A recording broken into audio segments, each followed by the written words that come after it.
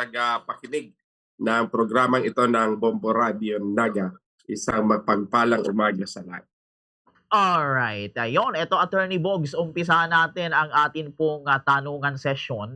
Yayamang matatapos na po ang taon.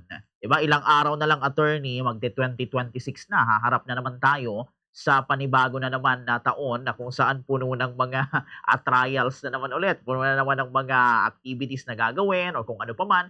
Dito, Attorney, sa atin pong departamento, sa DepEd, sa DepEd Kamsur, ito, Attorney, pwede ba naming malaman, Attorney, ano-ano po yung ating mga naging accomplishment or mga achievement sa atin pong departamento, Attorney Bogs?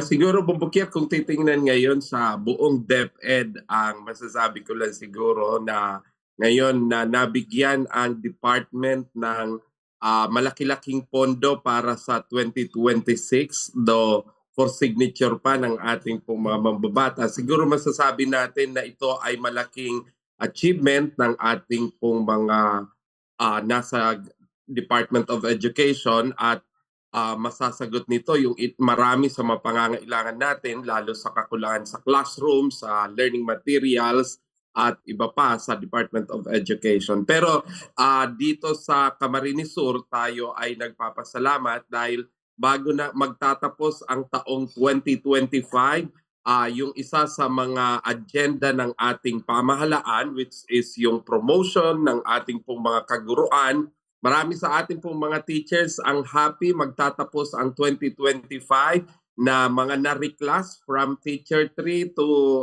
from teacher 1 to teacher 2 hanggang teacher 6, at yung mga MT1 natin hanggang MT4 at yung ating pong mga school head. So siguro Bumbukir, yan din yung pangako ng ating pong pamahalaan na kung saan ay magkaroon talaga ng tinatawag natin na promotion. Walang gagraduar na guro o walang magre-retire na guro, Bumbukir, na teacher 1. So siguro yan ay isa sa mga accomplishment natin pagdating sa human resources and sa development ng ating mga guro. Kasi pag nakikita natin, Bumbukir, na kapag ang mga guro natin ay satisfied, syempre may epekto din yon sa kanilang mapagtuturo, at syempre yung pangangailangan kahit papaano natutugunan, lalo tumataas din ang ating mga bilihin.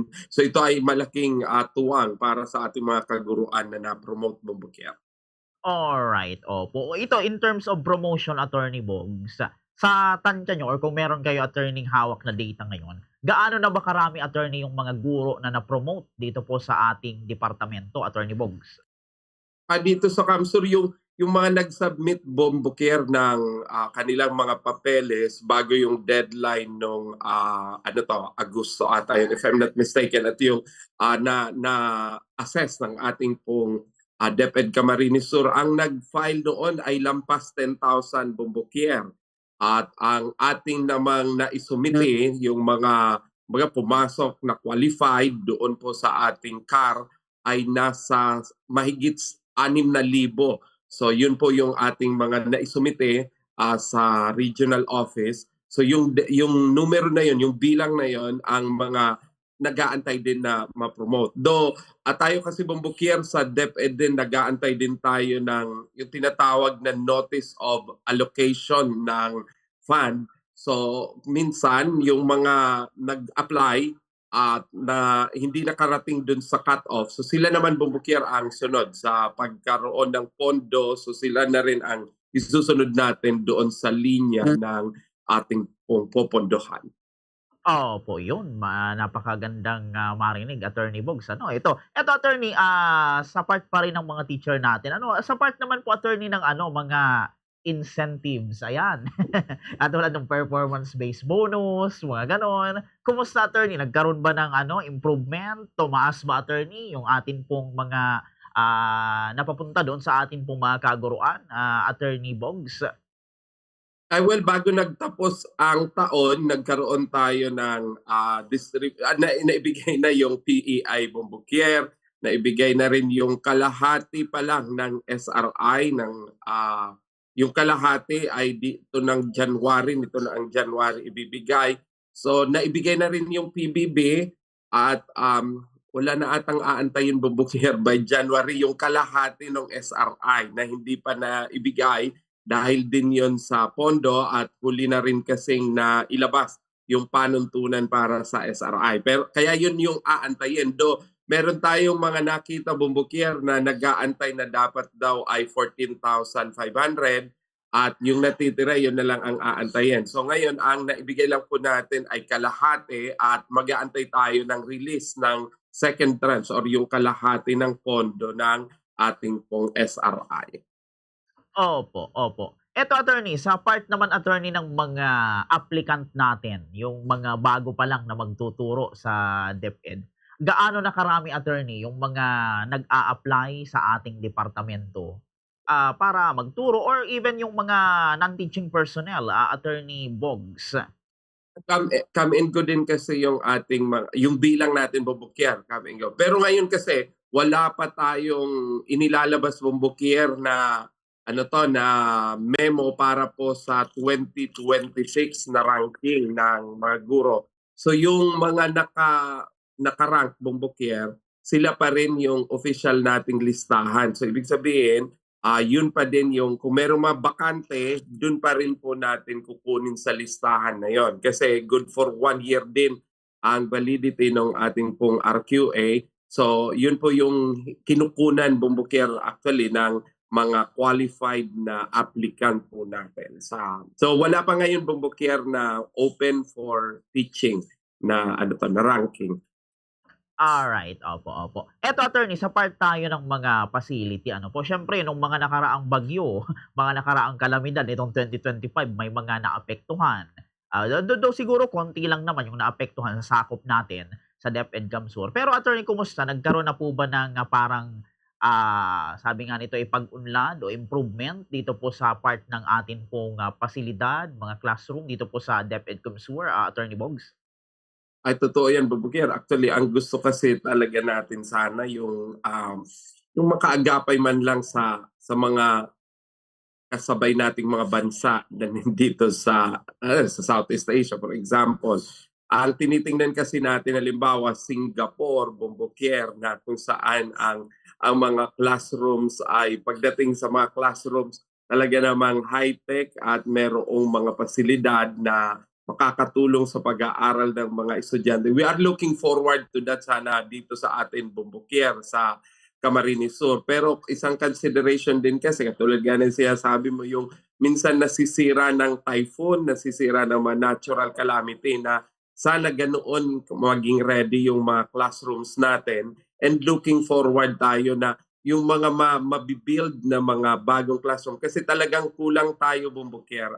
Sabihin man natin na hindi tayo masyadong natamaan or na karoon ng mga problema yung classrooms natin ng mga nakaraang mga typhoon. Pero masasabi pa rin natin, Bubukir, na na tayo, yung ating mga classroom ay medyo late na compare sa ating pong mga classrooms na nasa mga contemporaries na mga katabing bansa natin. Kaya yun ang ini-expect natin na kailangan talagang madagdagan classrooms, madagdagan ng mga buildings na kung saan ay ready na rin technologically bumbukier. Ibig sabihin, yung mga classrooms dapat natin na maidagdag dahil kulang na kulang pa din tayo. At kung meron mang classroom bumbukier, hindi na siya yung napapanahon. Ibig sabihin, hindi na siya yung tech-wise na sinasabi natin, hindi na siya yung tech-wise na kailangan ng mga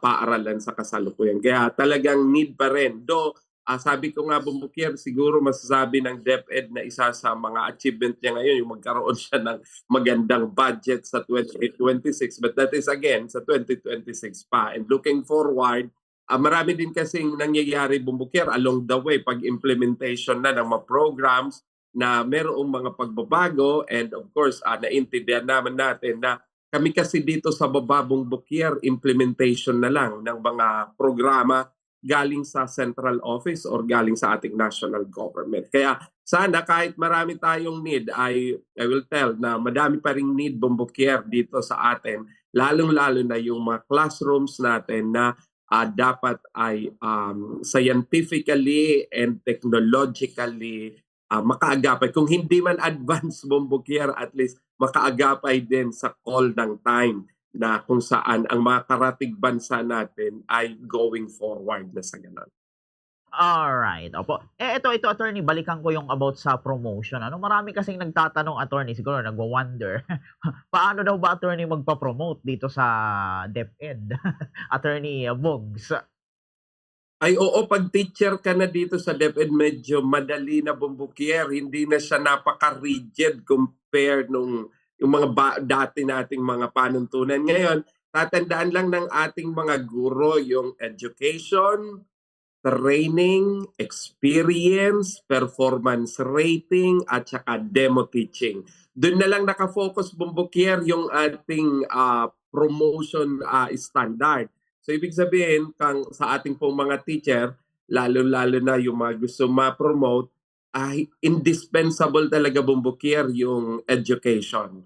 Kinakailangan na mag-advance studies ka. Ibig sabihin you are one step ahead dyan sa mga tinuturuan natin. So kung ang qualification para makapasok na guro ay teacher, licensed professional teacher, dapat yung mga nagpapapromote at least meron ng unit sa masters o di kaya naman tapos ng masters or nag-continue ng doctorate nila para nang sa ganon ay madali sila kasi education wise inaano yon kinakailangan. Then yung training, dapat ang mga training ng ating pong mga guro ay related to teaching Bombokier kasi kung minsan ang kanilang mga pinapasok na training ay not related. So hindi rin sila magkakaroon ng points doon Bombokier kapag yung kanila pong trainings na mga pinag-attendiran or ang kanilang mga attendance sa training ay not related. So ibig sabihin, kung ikaw ay nagtuturo ng mathematics, mas maganda na related in math. Kung turo ka ng English, related sa English and other learning areas. Dapat naka-concentrate ka doon sa field of expertise mo upang sa ganon, madali kang magkaroon ng points doon because related yung training. Education, ganun din pala, Bombokier, yung education, dapat din related doon sa kurso. Kasi kung halimbawa teacher ka, kinuha mo master in business ad, meron sasabihin mo, meron namang mga business courses o doon ka. Kung hindi ka naman naka-occupied ng business subject like ABM sa senior high school, so medyo mahihirapan yung pag-connect ng ating mga kinukuha. Ang sa nakaraang promotion Bombokier, medyo nag-relax pa yung ating kagawaran when it comes to the guidelines. Pero sa masusunod, nakikita ko dahil halos lahat nagpapapromote, it might again maging stricto doon sa guidelines pagdating sa promotion. Pero education, maganda kung nagkaklase ka pa rin, nagma-masters, doctoral, and then yung yung training, dapat related, then yung education training, yung experience, Bombokier, dapat din yung experience sa mga nagpapapromote ay related din. Kasi yung sa promotion Bombokier na related, even those experience that you have in the private, maaari pa rin magamit sa promotion. Kahit yung private practice mo, basta dapat related.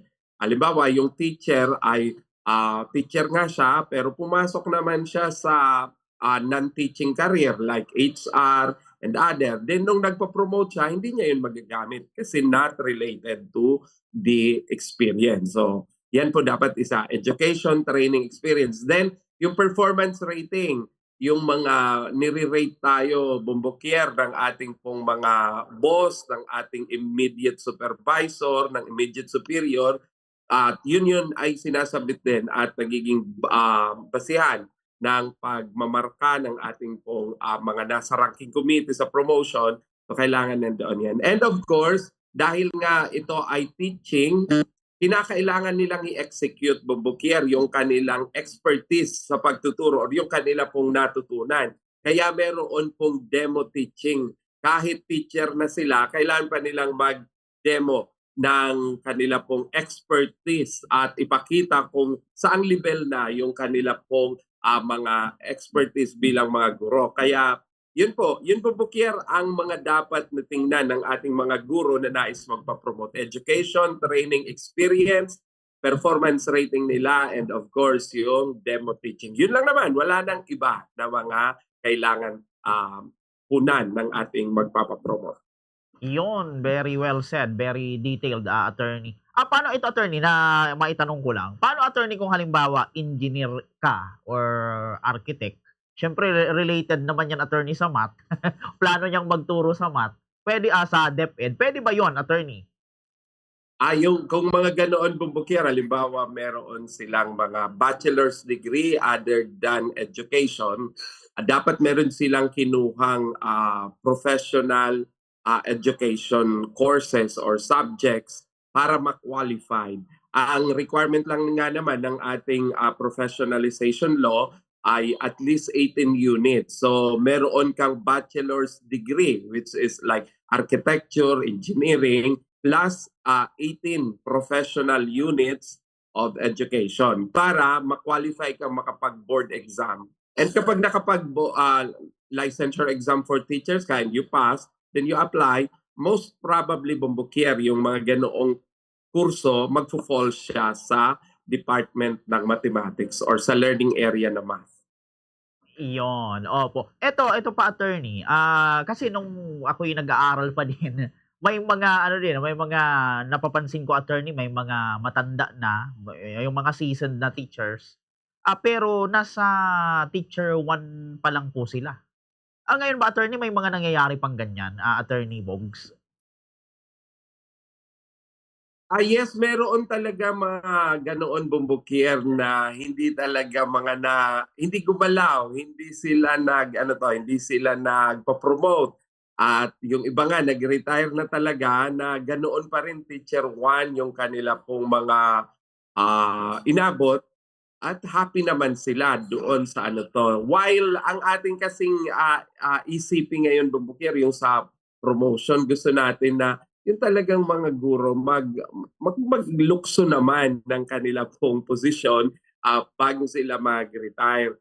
And yun nga, ini-encourage namin na kahit, ang iba kasi bumbukir kapag, di ba, pag senior citizen na at nasa serbisyo pa, ayaw na rin nilang gumalaw, ay antayin na lang anya namin na mag-retire. Pero dito sa atin ngayon, lalo na sa kung magpapapromote ng teacher 2, teacher 3, bumbukir, yung ating namang criteria for promotion from T1 to T2, T3, or T4, hindi siya masyadong mahirap para doon sa ating mga guro na kung saan ay meron ng experience, for example, ng 20 years in teaching, kasi hindi naman po hiningi doon na tapos ka ng masters or tapos ka ng doctors ng kurso na yon, basta meron lang na experience, tapos yung kanila pong mga pagtuturo, yung performance. Kaya sana sa ating pong mga matagal na nasa DepEd, sikapin po natin na dito sa reclass, kasi ang tawag ngayon bumbukir niyan ay reclassification of item. Ibig sabihin ng bumbukir, yung item mo walang vacant. Pag natural vacancy kasi bumbukir, kailangan mong mag-antay na mabakante. Either mag-retire, mag-resign, o kaya death and other incapacity na mas-separate sa DepEd. Pero sa bago ngayon na promotion, through reclassification, yung kanyang item na teacher 1, kanya pa rin yon. At yun lang po ang ipopromote niya, i-reclass, hindi siya mag-aantay na may mabakante. Yung sarili niyang item, yun ang yung pa rin. So ibig sabihin nun, pag nakapasok ka sa DepEd na teacher 1, yung item mo na lang ang i-reclass. Hindi ka mananalangin na sana may mabakante para nang sa ganun ay ma-promote na ako. Sarili mong pagsisikap, yung item mo na lang ang ipopromote. So sana take opportunity, grab the opportunity lalo sa ating mga experienced teacher na sa DepEd. Opo, yun. Eto pa, attorney, may napansin pa ako, may narinig kasi ako, attorney, sa ibang mga teacher din na sabi, ay, diyan kasi anya sa DepEd, mahirap talaga yan magpa-promote. Pag hindi ka malakas sa principal, hindi ka mapopromote kahit marami kang credentials. Totoo ba yon, attorney? Attorney Bogs? Ako palagi ko sinasabi na ang ating pong promotion ay subject to the wide latitude of discretion of the appointing authority yan. Ang appointing authority natin ay ang superintendent. Ang ating naman kung mga superintendent, sumusunod din naman yan doon sa tinatawag na shortlist. Na yung shortlist na Bomboquier ay ibinigay ng HRMPSB o yung Human Resource Personnel Selection Board. So sila naman yung nagbibigay ng listahan sa ating pong superintendent para pumili doon kung sino yung pipiliin. Sa bawat isang bakanting item Bomboquier, 5 ang inilalagay dyan na shortlist. Kaya, halimbawa, mayroon Bomboquier na 20 item na available. Imumultiply mo yon sa 5. At pwedeng pumili ang superintendent sa 100. Halimbawa, ganoon. Kaya kung minsan ang iba, nami-misinterpret nila yung bakit kaming nandito pa sa 1 to 99, hindi pa nakuha, pero yung ika-100 nakuha. Maybe because of the exercise of this so-called latitude of discretion. Na kung saan, kung yung 1 to 99 ay qualified, yung ika-100 qualified din. Kaya sana maintindihan yan ng ating mga tagapakinig upang sa ganon ay hindi tayo nagkakaroon ng sakit ng damdamin bago sa promotion. Bakit yung na-promote yung ika-5 meron pang 1 to 4? Kasi kung may isang bakante, 5 ang pwedeng pagpilian ng ating pong superintendent. And yung 5 na yun, shortlisted lang ang tawag noon. Ibig sabihin, lahat po yun qualified. So kung pumili ang superintendent ng ika-5, sasabihin ba nung 1 to 4, bakit hindi kami? Qualified naman kami. Sasabihin naman ng ika-5, qualified din ako. Kasi nandun din ako sa shortlist. Yun nga lang, nung in-exercise nung appointing authority yung kanyang discretion, pinili niya yung ika-5. Magkakaroon ba makakasuhan ba yung superintendent? Hindi, kasi yun nga ay part ng discretion at part yun ng ating mga umiiral na batas. Kaya sana hindi sasabihin na hindi ako nakapasok kasi wala akong white horse or puting kabayo, Bomboquier. Those are the old practice. Gone are the days where this kind of practice is being practiced. Right now, hindi na yan. Kasi nga, meron na tayong mga panuntunan. Ang superintendent bilang appointing authority, pwede lang siyang mag-exercise ng discretion for every single vacancy up to 5 applicants. Usually naman, yung 5 applicants Bomboquier kinukuha sa pagkakasunod-sunod. Nag-rank 1, 2, 3, 4, 5. Kung pinili yung ika-5, that's an exercise of discretion. Alright, yun. Ibig sabihin pala, attorney, kung ikaw nagpapa-rank ka or nagpapa-promote ka, pag hindi ka pa napipili, maghintay ka. Huwag ka munang iisip ng negatibo na parang bakit hindi ako pinili? Ako dapat yung nandito eh. Ganon, Attorney Bogs. Minsan kasi kailangan din na ma-educate talaga, Bomboquier, kasi yung selection process, dumadaan talaga siya sa comparative assessment. Kino-compare. Kung minsan, Bomboquier, ang pagpasok sa DepEd, for example, pag tiningnan mo ang qualification standard ng civil service na napapublish sa ating pong sa civil service online portal nila, nakalagay niya lang dyan, Bomboquier, gusto mo mag-apply ng teacher, ang qualification lang ay licensed professional teacher. So every licensed professional teacher can apply, di ba? Lahat ng may license, pwede. Pero pag pumasok na sa criteria ng DepEd na tinaasan, kasi allowed yun, Bomboquier, na yung minimum ng civil service ay taasan ng agency. Huwag ka lang bababa sa minimum ng civil service, allowed yun sa mga panuntunan natin. Kaya ang DepEd, tinaasan yung qualification.